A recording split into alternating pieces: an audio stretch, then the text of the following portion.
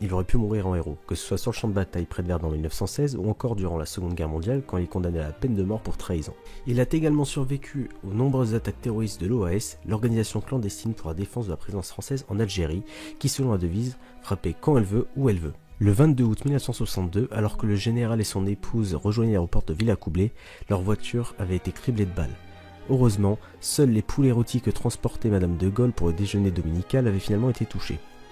L'homme du 18 juin aurait donc pu mourir de 1000 façons différentes, mais c'est pourtant dans sa maison de Colombey et des Églises où il poussa son dernier souffle quelques jours avant son 80e anniversaire. Depuis le référendum du 27 avril 1969 qu'il avait définitivement écarté du pouvoir, le général s'était retranché à la Boisserie. Situé en Haute-Marne dans un petit village, il l'a acheté en viager dans les années 30. Cette maison de 14 chambres et de 4 salles de bain est loin d'être le palais de l'Élysée, mais c'est ici que les de Gaulle se sentent chez eux. Leur quotidien est soumis à une routine toute militaire. Tôt le matin, l'ancien président s'enferme dans son cabinet de travail où il écrit en général ses mémoires. Toute la journée, il ne sort que pour le déjeuner, l'heure du thé, puis le dîner, et parfois aussi pour une promenade dans le parc les jours de mauvais temps ou dans la forêt quand le soleil est au rendez-vous. Le lundi 9 novembre 1970 ressemble à une journée comme une autre pour le général. Même si De Gaulle s'était levé du mauvais pied, après avoir lu dans le journal une critique mitigée de ses mémoires d'espoir, qui venaient juste de paraître. Comment osait-on esquinter de la sorte le général? Yvonne lui avait alors conseillé d'aller se balader dans le jardin pour se changer les idées. J'en ai fait 15 000 fois le tour, lui aurait-il répondu. Comme il avait l'habitude de le dire, pour autant, il avait pris son pardessus et son chapeau. Et il était à leur sortie s'aérer. Il avait rencontré un voisin, Raymond Consigny, agriculteur du coin, puis était rentré pour 12h15 tapante. De Gaulle n'aimait pas être en retard pour le déjeuner. L'après-midi s'était passé comme d'habitude au rythme de l'horloge du salon. Vers 17h, il était monté dans sa chambre où Yvonne était en train de se faire une mise en pli. Il lui apportait sur un plateau le thé préparé par la femme de chambre, Madame Charlotte, une franchouillarde lorraine attachée à la région. Puis il était redescendu faire sa correspondance comme tous les soirs un peu avant 19h. Il avait fermé les volets de son bureau en regardant ce ciel étoilé qu'il ne se lassait pas de contempler. Puis il était allé dans la bibliothèque, pièce centrale de la maison, avait allumé la télévision et s'était assis à sa table de bridge. Là encore, c'est une tradition. Avant le dîner et le journal télévisé, De Gaulle jouait aux cartes.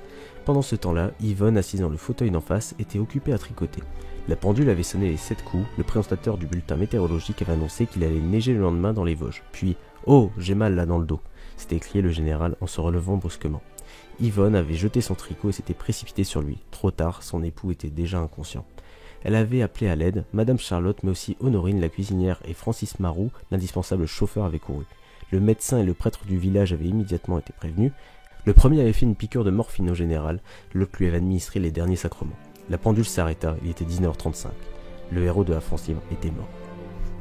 Si les médecins affirmèrent que l'ancien président avait succombé à une rupture d'anévrisme, Yvonne, elle, avait une autre interprétation. Selon elle, son époux était mort de chagrin, ne se remettant pas d'avoir été congédié par les Français quelques mois plus tôt.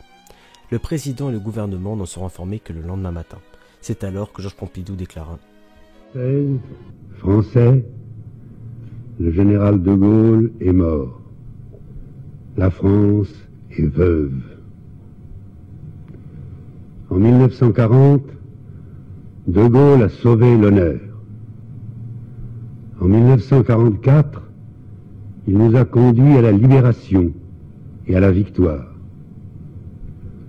En 1958, il nous a épargné la guerre civile.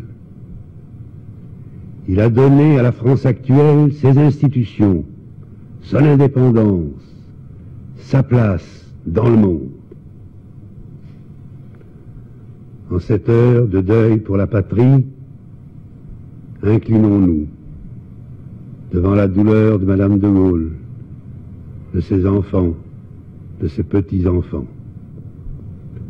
Mesurons les devoirs que nous impose la reconnaissance. Promettons à la France de n'être pas indigne des leçons qui nous ont été dispensées. Et que, dans l'âme nationale, De Gaulle vive éternellement.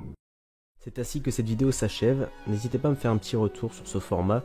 Je n'hésiterai pas à le refaire avec d'autres personnalités historiques. Sachez qu'on est 65 000 sur Instagram, donc rejoignez-nous en force. Et abonnez-vous ici sur YouTube pour me motiver à faire d'autres vidéos. En attendant, prenez soin de vous.